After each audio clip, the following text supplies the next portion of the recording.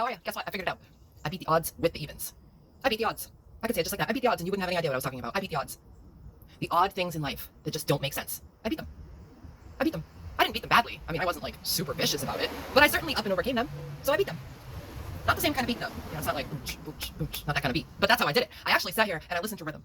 I did things that made me happy. Last night I sat down and listened to a song called Piano Lesson in the Music Man, and I just sat there and I was completely baffled by how something back in the past was so freaking moving.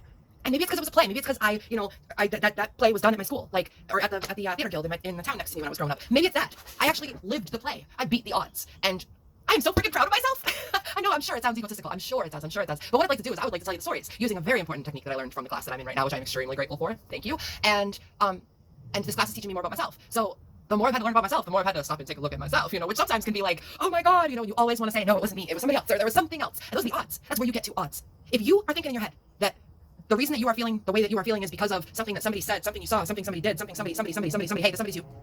It's so exciting. And I love that I can do this right now because I'm literally looking at myself, telling myself this as if I'm talking to you guys. I say you guys because I know I'm doing a recording and I know I'm going to put it on YouTube and I know these things, but I beat the odds. So there it is. I beat the odds and I'm figuring out a way to tell every single story that I have told to a million different people, and I promise you've never heard it put this way. I will guarantee that. So anyways, I'm going to tell a whole bunch of stories and I'm going to make you feel something. Why? Because you know what? This really moved me. This beating the odds thing really moved me. If you take the definition of beating the odds, look at me. I'm beating a dead horse with a stick. How many things can we beat here? I can't even say that. I can't even say I'm beating a dead horse with a stick because you know what I think of? I take it literally. That's what I do. I take it literally. And it took somebody telling me that today to kind of make me go, oh, oops.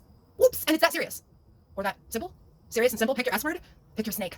Which way are you going to see it? Are you going to see it as simple? Are you going to see it as stupid? Are you going to say, oh, that's stupid? Because that's how it sounds, stupid. Stupid. It's silly. It's dumb. And what does that mean? It doesn't know any better. And it's that simple. I am not anything that anybody in this world expects me to be. I'm a different person every time you meet me.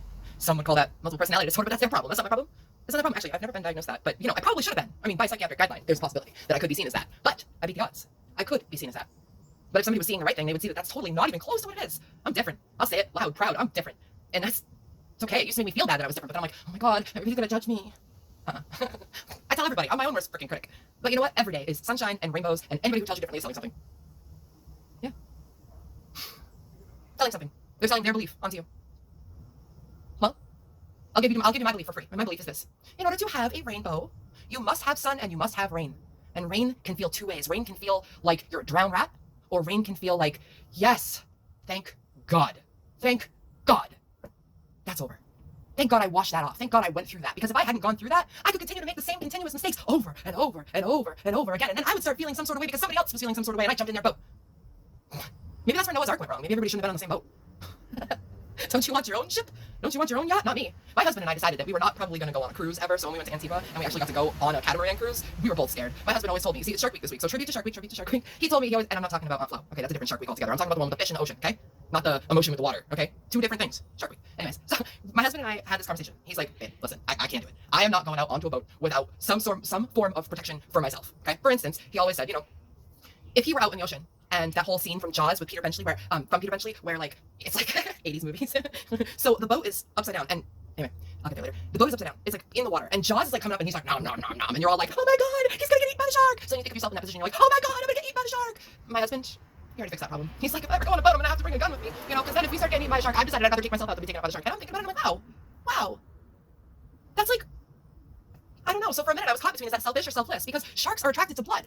So if he shot himself, then there would be blood all over the place, and then the rest of us would be screwed. We couldn't swim and get away, maybe hide somewhere. No, because his blood would be all over the place. I said to him, I said, your blood is not going to be on my hands when that happens, It's the same in the mental. It really is. Shark Week. Let's take the other Shark Week, for instance. That time when, Aunt Flo comes to town, and for 7 days, fuck it. For 7 days, fuck it. 7 days. Everything's all about 7 days. 7 days of the week, 7 days of the period. It's crap. Anyway, but we have the period so that we can produce children, and this is how the world population stays afloat, right? So Shark Week. It just is. Allow it. It just is. And during that time, you have two choices, women. Women, I'm speaking to women out there. If you're a man, you can also learn something. You can bleed all over the place. You can tell your story to anybody who will listen, and they can jump in your boat, and you can feel as if you're being heard, and then they'll feel your pain, and then you've given them your pain, and then they're like, ow, and they go home, because eventually they have to go home, right? Eventually you guys split up, they go back to their house, you go back to your house, and your problem is still your problem, but now it's their problem too. Try not to bleed all over the place during Shark Week. And everybody's cycle's different. It just is. Limit it for the people around you. I'm sitting here speaking to myself. This is a lesson that I have had to learn. I talked about it in my other video. But, everything is a gradual growing process, and you may see me on here one day, and you may see me like, rah. Or you may see me another day and I might be like, yeah! So, pay attention to the yes, don't pay attention to the rants. Well, pay attention to the rants if you need to, but you need to be on the outside of them. Just stay on the outside. I just want to tell you my story. I just want somebody to hear my story. Somebody out there, hear me. Hear me. Poor orphan child. Conditioning. Sorry. You get conditioned in one spot to be like, oh, you're so special. Then you can get conditioned by the outside world, like, oh my God, it's an adopted kid. Then you get conditioned by another set, and that's where you go into the psychology of things, where other people think they know your mind. No one knows my mind. But everybody knows my heart. Everybody knows my heart. I am continuously and have continuously shown love to every single situation, even if that situation hurt the fuck out of me. I may have talked about it, and I did. And then I brought that energy to somebody else, who brought that energy to somebody else, who brought that energy to somebody else. That is what is called an emotional vampire. But not all vampires are bad. Some vampires just want to be sit and listen to. They just want to tell my story. And I wanted somebody to say, yeah, I can totally understand how you feel that way. I understand how you feel that way. I have felt that way too. You want to heal somebody? Let them tell you their story. Sit with them. And say as soon as they're done, don't give your opinion on how you would have done it. You weren't there, you didn't do it. You don't have any idea. You never walked in their shoes. Or maybe you have, but maybe you walked differently. Maybe you walked differently. Maybe their shoes didn't fit. Their shoes were too big or their shoes were too small. This is where size matters. Your own shoes. I don't know where any of this is going. But I'm working on my confidence level, and I'm going to keep putting it out. If for no other reason than because I enjoy it. I enjoy it. And I enjoy talking to myself, clearly. But no, I want to tell you all the really cool things I've come up with. All the really cool ways of seeing odds as literally just that. Okay, think about a number line. 0 point. 0 point. Centered. Balanced. A negative comes in. You go. Another negative comes in. You go. Another negative comes in. You go. Positive comes in. You go. You don't move that much when a positive comes in. You need a whole bunch of positives to cancel out these negatives over here. A whole bunch of positives. And if that's the case, how many positives can you think of? How many things in your life are you seeing as negative that you could change to a positive? How do you do that? Well, you tell the story. I tell the story. We tell the story. And at the end, we sit and we think about it for a while and we say, now that I can see it from an outsider perspective and I'm not right in that story, the damn game changed. So here we are from, oh my God, my life is so horrible to, oh my God, I beat the odds.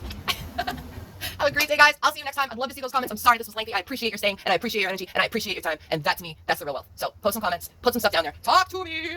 And let's see if we can't turn the negatives into positives. I am your mind developer. I've made up a new name for myself. I'm a mind developer. Like, photos in the lab, dark space in the dark, photos in the light. What's your photo? What's it look like?